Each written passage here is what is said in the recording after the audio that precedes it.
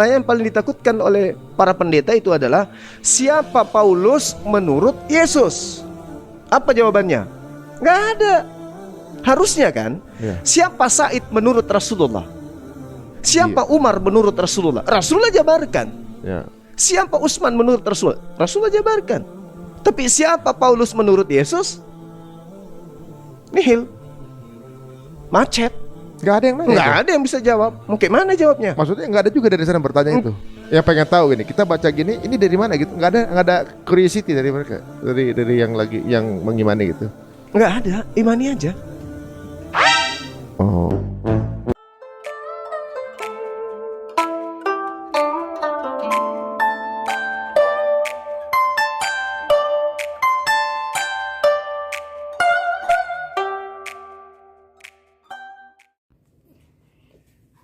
Cukup menarik tadi setelah kita mendengar video, ketika disebutkan ada sebuah narasi yang mengatakan atau tulisan, ketika pendeta ditanyai siapa Paulus menurut Yesus, dan dalam narasi itu dikatakan tidak seorang pun akan bisa menjawab dan tidak terjawab. Baik, kita akan berikan pemahaman, minimal kita mengerti supaya semua yang berseliweran di media ini mendapat penjelasan dan pemahaman dengan baik.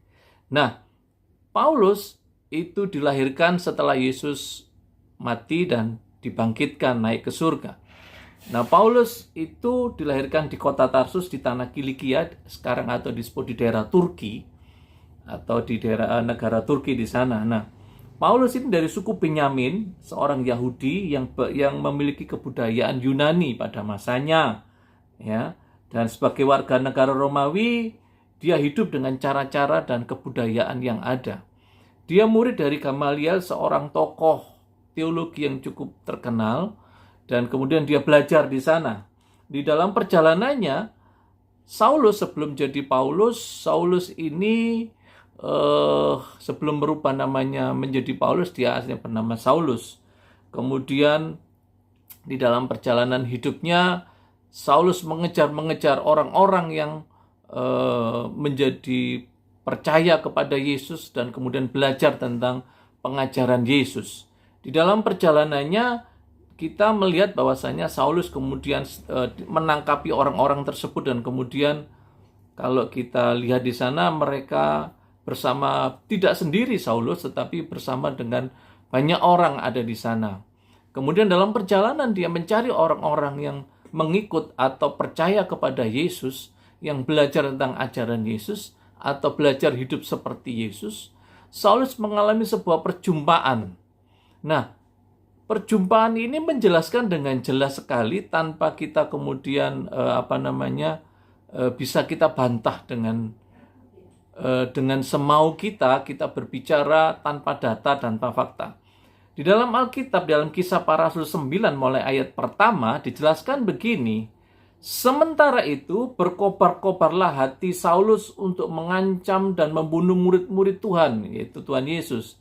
Ia menghadap imam besar, ayat kedua, dan meminta surat kuasa daripadanya untuk dibawa kepada majelis Yahudi di Damsyik, supaya jika ia menemukan laki-laki atau perempuan yang mengikuti jalan Tuhan, yang mengikuti jalan Yesus, pengajaran Yesus, ia menangkap mereka dan membawa mereka ke Yerusalem. Nah, rupanya Saulus ini meminta surat dari surat kuasa atau surat perintah dari para pemimpin yang dibawa kepada majelis-majelis Yahudi dengan satu tujuan tertentu, menangkap murid-murid, orang-orang yang percaya kepada Yesus, kepada Tuhan Yesus. Dalam perjalanannya ke Damsyik, ayat ketiga dalam Kisah Rasul 9, ketika ia sudah di dekat kota itu, tiba-tiba, nah perhatikan di sini, dalam perjalanannya ke Damsyik, ketika ia sudah dekat kota itu, tiba-tiba cahaya memancar dari langit, mengelilingi dia. Nah, tiba-tiba saja dalam perjalanannya dia sedang mengejar orang-orang Kristen, atau pada saat itu belum disebut Kristen, tapi pada saat itu adalah orang-orang yang percaya kepada Yesus, orang-orang yang mengikut jalannya Yesus atau pengajaran Yesus. Dia menangkap, dia memenjarakannya, baik laki-laki atau perempuan. Nah, tiba-tiba di perjalanan, dia berjumpa ada sesuatu cahaya yang memancar dari langit. Perhatikan, ada sesuatu yang luar biasa yang memancar dari langit mengelilingi Saulus. Nah, ayat keempat dikatakan, ia rebah ke tanah dan kedengarannya lah olehnya suatu suara yang berkata kepadanya. Nah, tiba-tiba ketika dia melihat cahaya yang turun dari langit, yang memancar dari langit itu, dia jatuh rebah ke tanah, disebut rebah. Dan kedengaranlah ada suara yang berkata, Saulus, Saulus, mengapa engkau menganiaya aku? Ada suara yang muncul di dalam perjalanannya itu, suara tanpa melihat wajahnya, karena Yesus sudah dipanggil, sudah naik ke surga. Dia sudah naik ke surga, kemudian ada suara yang mengatakan, Saulus, Saulus, mengapa engkau menganiaya aku? Nah, dikatakan demikian. Nah, perhatikan di situ. Kemudian ketika ada suara berkata itu, ayat kelima, jawab Saulus. Saulus menjawab suara itu. Karena dia tidak mampu melihat sinar kemuliaan yang begitu luar biasa. Siapa engkau Tuhan? Ya, siapa engkau? Jawab Saulus kepada suara itu. Katanya, lihat ini, perhatikan baik-baik. Katanya, akulah Yesus yang kau aniaya itu. Nah, saat Saulus menjawab, siapa engkau? Suara itu menjawab lagi, suara dari langit itu yang memancarkan dengan sinar kemuliaan yang luar biasa. Akulah Yesus yang kau aniaya itu. Ternyata Saulus mengalami perjumpaan dengan Yesus di dalam kehidupan, dalam perjalanannya ke Damsyik untuk menangkapi orang-orang yang percaya kepada Yesus. Ditangkapi, kemudian dalam perjalanannya dia mendengar suara. Namun suara itu mengaku. Dia berkata suara itu, akulah Yesus yang kau aniaya itu. Nah, rupanya dasar dari ini semua, kenapa Yesus menampilkan suaranya, dia berkata kepada Saulus, akulah Yesus, karena dia adalah Tuhan, dia naik ke surga. Dia menyampaikan suara dengan jelas didengar. Bukan hanya Paulus yang mendengar, tetapi bangunlah dan di dalam tengah-tengah ke dalam kota di sana dan dikatakan kepadamu, apa yang harus kuperbuat? Maka termangu-mangulah teman-temannya seperjalanan karena mereka memang mendengar suara itu, tetapi tidak melihat seorang juga pun. Nah, rupanya Paulus kan nggak sendiri, dia bersama dengan banyak orang untuk menangkap orang-orang yang percaya kepada Yesus. Yang saat itu belum ada Kristen, kata Kristen, belum disebut juga agama Kristen. Nah, kemudian ada suara yang mengatakan, akulah Yesus. Ini bukan hanya Saulus yang mendengar, tetapi para teman-temannya yang lain yang bersama-sama mengiring dia, bisa juga dengan para tentara yang lain, bisa juga dengan orang-orang ahli-ahli teologi yang lain, orang-orang yang mengenal, yang dikenali oleh Saulus, karena tujuannya untuk menangkapi mereka, para murid itu. Nah, kenapa pada saat itu Yesus harus berteriak, bersuara? Nah, dasar dari ini adalah, saya tunjukkan dalam Yohanes 15 ayat ke-18. Nah, perhatikan ini. Yohanes 15 ayat 18. Jikalau dunia membenci kamu, yaitu kita para muridnya, siapapun yang membenci kita. Kenapa Yesus berkata, akulah yang kau aniaya? Bukankah Yesus tidak menganiaya? Bukankah Saulus tidak menganiaya Yesus? Tetapi Saulus menganiaya murid-muridnya, orang-orang yang sudah percaya kepada Yesus, yang menerima Yesus pengajarannya dengan baik dan kemudian mengikutinya. Lalu, kenapa kok Yesus berkata dengan suara itu, kenapa kok dia yang teraniaya? Karena begini, dikatakan dalam Yohanes, jikalau dunia membenci kamu, ingatlah bahwa mereka atau ia telah lebih dahulu membenci aku, yaitu membenci Yesus daripada kamu. Artinya begini, siapapun yang menganiaya kita, orang yang percaya, siapapun yang membenci kita karena kita percaya kepada Yesus, sebenarnya mereka tidak membenci kita, mereka tidak menganiaya kita. Tetapi sebenarnya seperti yang dikatakan dalam kebenaran firman Tuhan ini, yang dibenci dan dianiaya adalah Yesus itu sendiri. Ya. Makanya pada saat itu kemudian Yesus tampil, dia menyampaikan pesan kepada Saulus, dia menyampaikan sesuatu pesan kepada Saulus dan berkata, "Akulah yang kau aniaya Saulus." Saulus tidak dapat berdiri. Dia tidak dapat membuka ayat ke-8. Saulus bangun dan berdiri, lalu membuka matanya. Tetapi ia tidak dapat melihat apa-apa. Mereka, yaitu teman-temannya itu harus menuntun. Nah, perhatikan, para teman itu menuntun dia masuk ke Damsyik karena tujuannya ke Damsyik. 3 hari lamanya ia tidak dapat melihat, dan 3 hari lamanya ia tidak dapat makan dan minum. Rupanya Saulus mengalami perjumpaan pribadi dengan Yesus. Nah, kalau ditanya siapa yang memanggil Paulus, yang kemudian seorang yang pembunuh, yang kemudian hidupnya diubahkan, tidak ada lain selain Yesus itu sendiri. Yesus itu sendiri yang memanggil Paulus di dalam kehidupannya yang jahat sebagai Saulus, yang membunuh orang yang percaya. Kemudian di tengah perjalanan ke Damsyik, disitulah mengalami perjumpaan secara pribadi melalui sinar dan suara yang ada. Bahkan teman-temannya mendengar termangu-mangu. Mereka tidak dapat berkata apa-apa. 3 hari lamanya di Damsyik, tidak dapat melihat, dan 3 hari lamanya tidak dapat makan dan minum. Perhatikan, tidak dapat makan dan minum Saulus ini. Ayat 10, di Damsyik ada seorang murid Tuhan bernama Ananias. Nah, rupanya Yesus tidak kemudian membiarkan begitu saja Saulus di dalam kehidupannya. Ada murid Tuhan di Damsyik itu yang bernama Ananias. Firman Tuhan kepadanya dalam sebuah penglihatan, dalam suatu penglihatan. Ada penglihatan kepada Ananias. Ananias, jawabnya, "Ini aku Tuhan." Dijawab oleh Ananias, "Ini aku Tuhan." Firman Tuhan, "Mari pergilah ke jalan yang bernama Jalan Lurus, dan carilah di rumah Yudas, seorang dari Tarsus yang bernama Saulus.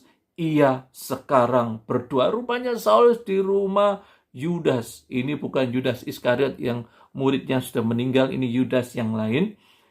"Carilah di rumah Yudas seorang dari Tarsus yang bernama Saulus.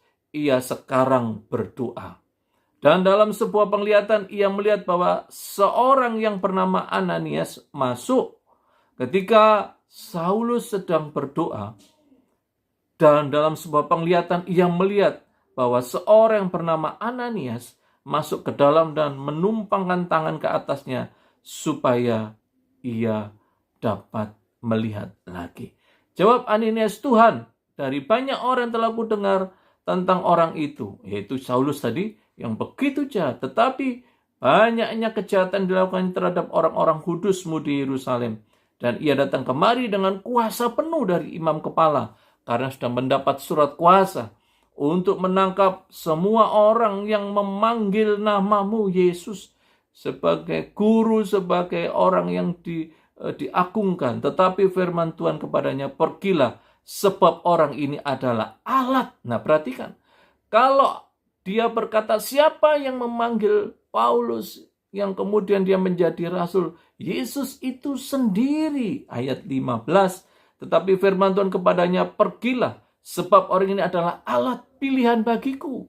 Saulus dipilih oleh Tuhan untuk memberitakan namaku, yaitu nama Yesus, kepada bangsa-bangsa lain, serta raja-raja dan orang-orang Israel. "Aku sendiri akan menunjukkan jalan kepadanya, betapa banyak penderitaan yang harus ia tanggung oleh karena namaku."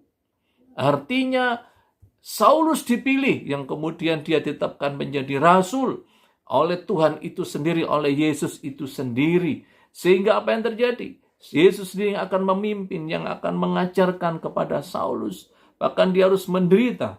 Bahkan dia harus mengalami situasi yang sulit. Ayat 17. "Lalu pergilah Ananias ke situ dan masuk ke rumah itu. Ia menumpangkan tangannya ke atas Saulus. Katanya, 'Saulus, saudaraku, Tuhan Yesus telah menampakkan diri kepadamu.'" Perhatikan ini, ayat 17.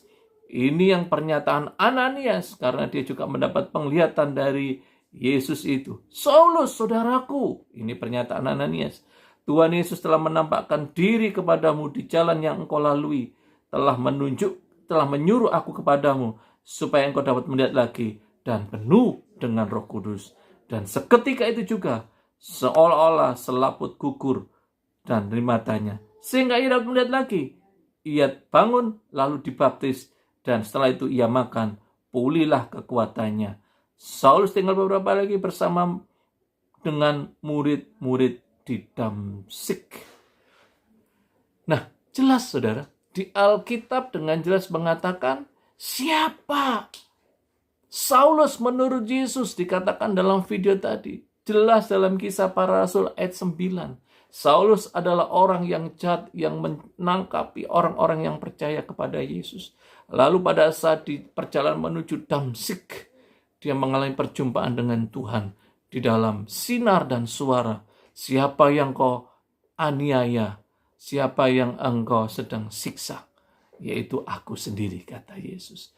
Bukankah dengan jelas siapa yang menganiaya aku, siapa yang membenci engkau, maka dia sebenarnya membenci aku, dalam Yohanes 15 ayat 18 dengan jelas sekali.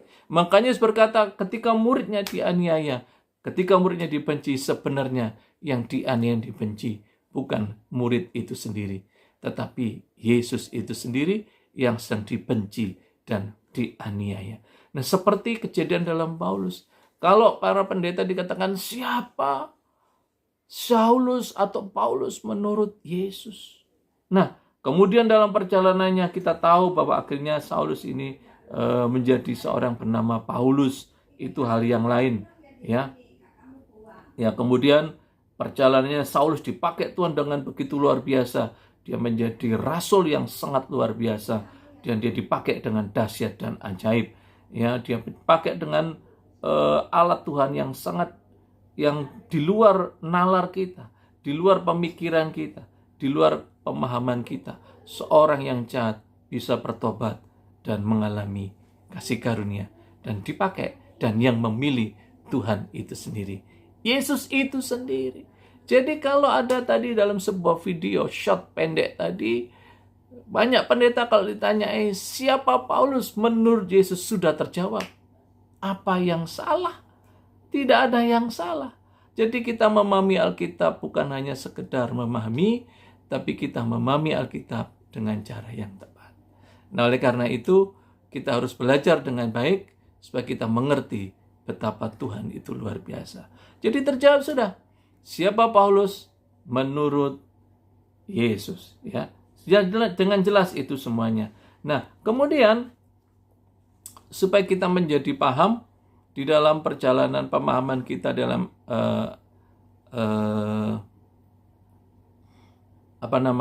penjelasan tentang siapa Paulus menurut Yesus, kita sudah jelas. Saya cari supaya kita menjadi paham, ya, dan tidak salah. Oke, nah ini perhatikan. Kisah Para Rasul 13 ayat 9. Nah, kalau dalam baca Kisah Para Rasul 13 ayat 9, Kisah Para Rasul 13 ayat 9, ini ketemu, ya. Tetapi Saulus juga disebut Paulus yang penuh dengan Roh Kudus menatap dia. Nah, Saulus juga disebut Paulus. Artinya Saulus dan Paulus itu adalah satu nama yang kemudian dia mengalami perubahan dalam hidupnya, yang hidupnya dipenuhi dengan Roh Kudus. Perubahan identitas, perubahan nama. Yang tadinya dia bernama Saulus, kemudian dia menjadi seorang yang bernama Paulus. Jadi jawabannya apa yang dikatakan dalam short film tadi, short video YouTube tadi, sudah terjawab, saudara. Jadi tidak ada yang tidak terjawab di dalam Alkitab. Sudah terjawab. Jadi oleh karena itu kita nggak perlu bingung sebagai orang yang percaya kepada Tuhan. Nah, sebentar kita akan melihat sebuah video pendek juga, short video. Ini akan apakah Kristen itu pengikut Yesus atau Paulus? Dan Kristen itu agamanya Yesus atau Paulus? Oke. Kita akan lihat satu video pendek ini, kemudian saya akan jelaskan. Jangan beranjak, tetap ada di tempat ini, tetapi saya ingatkan saudara, jangan lupa subscribe, like, comment, and share, supaya kita belajar tentang kebenaran firman Tuhan.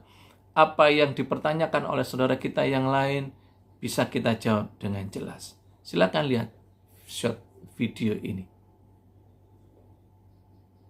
Kristen itu lahir adanya tahun berapa? Kalau Kristen itu menurut pengakuan mereka, Kristen itu adalah pengikut Yesus. Ya. Pengakuan mereka ya. Ya. Tapi Bible mengatakan bukan. Kristen itu pengikut Paulus. Kisah Para Rasul 11 nomor 26. Setahun lamanya mereka tinggal di Turki, Antioquia. Murid-murid Paulus disebut Kristen. Jadi bukan Yesus justru. Bukan. Wow. Paulus ini siapa? Orang yang mengangkat dirinya sebagai rasul, mengaku bertemu dengan Yesus. Nah, ini yang membuat kemudian mimbar gereja itu goyang. Karena di dalam Bible, Bang, Yesus itu berpesan sebelum dia terangkat ke langit kepada muridnya, waspadalah kepada penyesat yang datang kepadamu dengan memakai namaku. Jangan kau percaya kepada dia. Dia ngomong begitu? Iya. Puji Tuhan. Tadi kita sudah melihat satu video yang menarik adalah mimbar gereja goyah. Ya ampun. Ini sesuatu yang menyampaikan sebuah penjelasan tanpa data, tanpa memahami sesuatu yang sebenarnya. Nanti saya akan mencoba menjelaskan dari sudut sejarah. Baik, kata Kristen,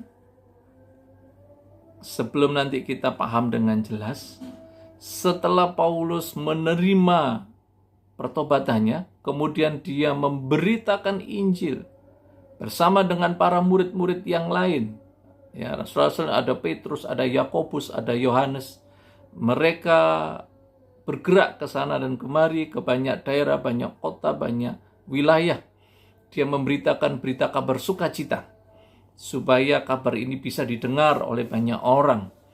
Lalu kapan kata Kristen ini muncul? Nah, saudara, kan sudah saya jelaskan di awal bahwa Paulus itu lahir setelah Yesus meninggal dan naik ke surga. Nah, kemudian dalam perjalanan waktu, di dalam Kisah Para Rasul 11 ayat 26, saudara, kita akan pahami Kisah Para Rasul 11 ayat 26 supaya kita tidak salah paham.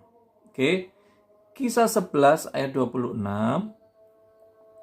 supaya kita pahami ya. Kisah 11 ayat 26, supaya kita tidak salah mengerti dalam pemahaman kita. Saya akan bacakan Kisah 11 ayat 26. Kata Kristen pertama kali itu ditulis dalam Kisah Para Rasul 11 ayat 26. Karena ini menyebut kata Kristen, ya.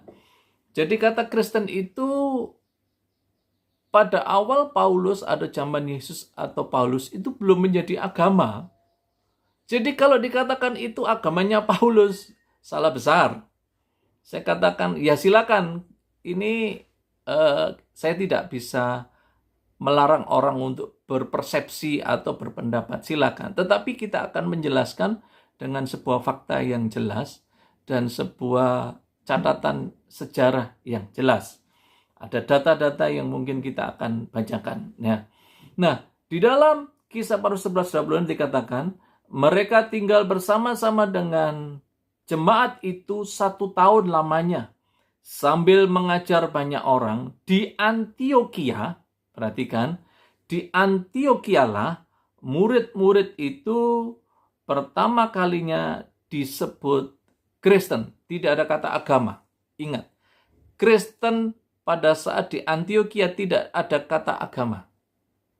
Saudara, Kristen itu dari bahasa Yunani yang kalau dalam bahasa Yunani adalah Kristianos, follower of Christ, pengikut Yesus, bukan pengikut Paulus. Ingat baik-baik, Paulus dipanggil di dalam Kisah Para Rasul tadi untuk mengajarkan tentang kebenaran apa yang diajarkan Yesus. Kisah Para Rasul 9 tadi sudah jelas saya bacakan dengan jelas. Nah, di dalam Kisah Para Rasul 11 ayat 26 dengan jelas dikatakan mereka tinggal bersama-sama dengan jemaat 1 tahun lamanya sambil mengajar banyak orang. Di Antioquialah murid itu untuk pertama kalinya disebut Kristen. Tidak ada kata agama Kristen. Nah, Kristen dalam bahasa Yunani Kristianos karena penulisan dalam Perjanjian Baru adalah penulisan dalam bahasa Yunani, kalau Perjanjian Lama dalam bahasa Ibrani. Jadi kalau orang mulai mengutip atau belajar kepada bahasa-bahasa ini, artinya inilah yang harus kita pahami juga dari bahasa aslinya, yaitu Kristianos, bahasa Yunani, follower of Christ. Nah, follower of Christ adalah pengikut Yesus, orang yang percaya Yesus, orang yang hidup berperilaku sesuai dengan ajaran Yesus. Jadi orang yang percaya, pengikut dan percaya Yesus, dan berperilaku hidupnya sesuai ajaran Yesus. Nah, di Antioquia itu yang menyebut kata Kristen itu adalah orang-orang yang tinggal di sana, ada orang Yunani, ada Romawi, ada orang-orang Yahudi.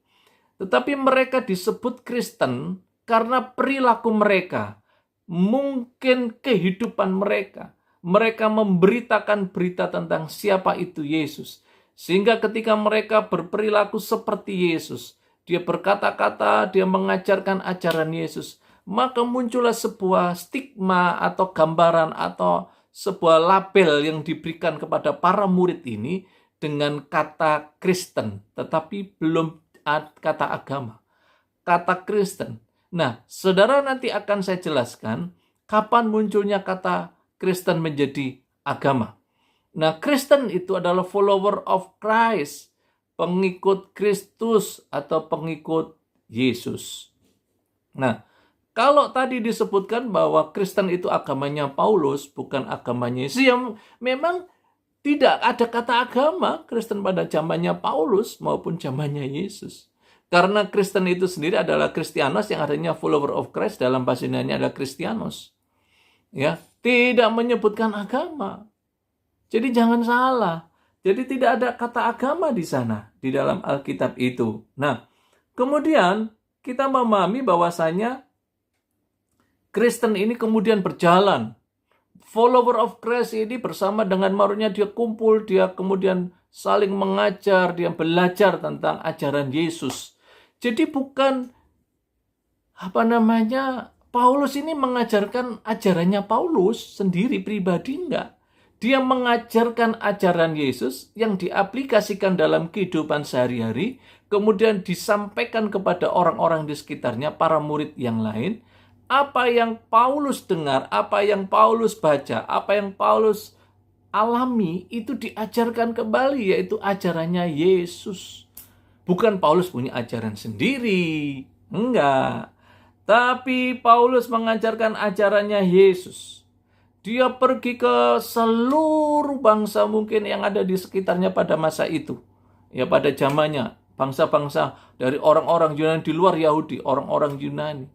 Ya, orang-orang Romawi. Nah, kemudian pada masa itu aniaya. Orang-orang Kristen merajalela. Berabad-abad terjadi aniaya kepada orang Kristen atau follower of Christ. Orang-orang yang percaya kepada Yesus. Orang-orang yang mengikut Yesus. Kemudian di dalam perjalanan waktu, kemudian kira-kira abad ketiga, ya, abad ketiga, kemudian di zaman kemudian di abad ketiga ini di dalam kaisar disebutkan Theodosius I, Kaisar Konstantin, ya, di masa Kaisar Konstantin, yaitu pemerintahan Romawi, di abad ketiga, yaitu pada tahun 313 Masehi, setelah aniaya, orang-orang Kristen ini dianiaya, belum menjadi agama. Perhatikan, belum menjadi agama. Orang-orang Kristen ini dianiaya di zaman Kaisar Konstantin, dia mengeluarkan Dekret Milano. Nah, saudara, Dekret Milano atau isi Dekret Milano ini jelas kita akan pahami, nanti kita akan. Nah, Dekret Milano sekarang ada di mana Dekret Milano itu? Saudara, Kristen itu muncul di dalam Kaisar Konstantin abad ketiga Masehi dengan melalui Dekret Milano. Dia memberi kebebasan kepada umat Kristen, perhatikan, pada umat Kristen untuk beribadah dan menyebarkan agama, menjadi agama. Mereka tanpa takut penindasan lagi, ya. Di abad ke-313, tahun 313 atau abad ketiga, ya, di dalam isi atau maklumat atau Dekret Milano yang sekarang ada di Roma, ya, dekretnya itu ada di sana, ya, tinggal ada di sana, yang yang dideklarasikan itu isinya adalah seperti demikian. Saya akan bacakan ya, isi Dekret Milano yang sekarang ada di dokumen aslinya atau dokumennya atau peninggalannya ada di Milan atau di Italia sana. Nah, isinya adalah seperti ini. 1. Kebebasan beragama. Dekret Milano itu adalah 1. Kebebasan beragama. Maklumat ini menjamin kebebasan beragama bagi semua warga Kaisar Romawi. Tanpa memandang keyakinan mereka, umat Kristen diperbolehkan untuk menyembah Allah mereka tanpa rasa takut akan penganiayaan. Yang pertama, kebebasan beragama. Isinya Dekret Milano. Yang kedua adalah pengembalian properti, yaitu pengembalian semua aset-aset yang sudah disita ataupun dirampas umat Kristen. Ya, umat Kristen disebut umat Kristen, bukan orang yang beragama Kristen disebut umat Kristen, dikembalikan tanpa syarat. Dan yang ketiga adalah kesetaraan hukum. Maklumat ini menegaskan bahwa umat Kristen harus diperlakukan setara dengan pemeluk agama lain dalam Kekaisaran Romawi. Jadi pada abad ketiga tahun 313 Masehi, saat itu baru ditetapkan menjadi agama. Ya, agama Kristen. Jadi zaman Paulus nggak ada agama Kristen. Zaman Yesus nggak ada agama Kristen. Hanya pada zaman Paulus disebut Kristen karena orang itu percaya, mengikut Yesus, percaya dan berperilaku seperti Yesus. Ajaran Paulus, yaitu ajaran yang Yesus ajarkan, yang dibagikan, yang diajarkan kepada banyak orang. Bukan Paulus punya konsep sendiri di luar Yesus. Ya, bukan begitu. Tapi Paulus yang hidupnya ini lebih panjang. Paulus meninggal pada usia 60-an. Ya, Yesus meninggal pada usia 30-an sekian. Paulus 60 sekian. Karena Paulus ini dengan semangat yang luar biasa. Dia menulis surat, dia orang yang pintar, orang yang cerdas. Dia menulis banyak surat dalam perjanjian baru. Ya, di dalam tulisan itu luar biasa kita belajar dan diinspirasikan. Dan itu hikmat dan pewahyuan dari Roh Kudus. Pewahyuan dari Tuhan itu sendiri. Karena dia mengalami perjumpaan dengan Yesus secara pribadi. Nah, oleh karena itu, kalau dalam video tadi itu nampaknya itu adalah ajaran Paulus, agamanya Yesus, apapun ya terserah. Tapi kita udah belajar bahwasanya apa yang menjadi sebuah pemahaman di luaran sana, di luar kita sudah tahu. Ada peninggalan-peninggalannya, ada bukti-buktinya, bukan hanya sekedar pembicaraan omongan kita, tapi pesan saya adalah kita jangan takut mengikut Yesus. Jangan kita keluar dari iman kita kepada Yesus sebagai Tuhan. Sekalipun agama kita disebut agama Kristen, atau orang menyebut kita ini terserah sudah. Tapi yang jelas, Yesus adalah Tuhan yang akan datang di akhir zaman sebagai pribadi yang akan menghakimi seluruh umat manusia. Oleh karena itu tetap semangat, jangan lelah. Semua yang dipertanyakan dalam short video tadi, semua frame-frame yang disampaikan, semua hal-hal yang disampaikan di luar kebenaran. Dan apa yang saya sampaikan ini adalah kebenaran firman dengan dasar yang benar, bukan sekedar saya berkata-kata, tapi percayalah semua itu untuk kemuliaan Tuhan. Tetap semangat, jangan lelah, jangan keburu kita keluar dari iman kita kepada Yesus. Carilah dulu pengertiannya, belajar kepada orang-orang yang bisa memahami, supaya kita memahami. Dan 2 video ini sudah kita jawab dengan tuntas. Tuhan Yesus memberkati. Amin.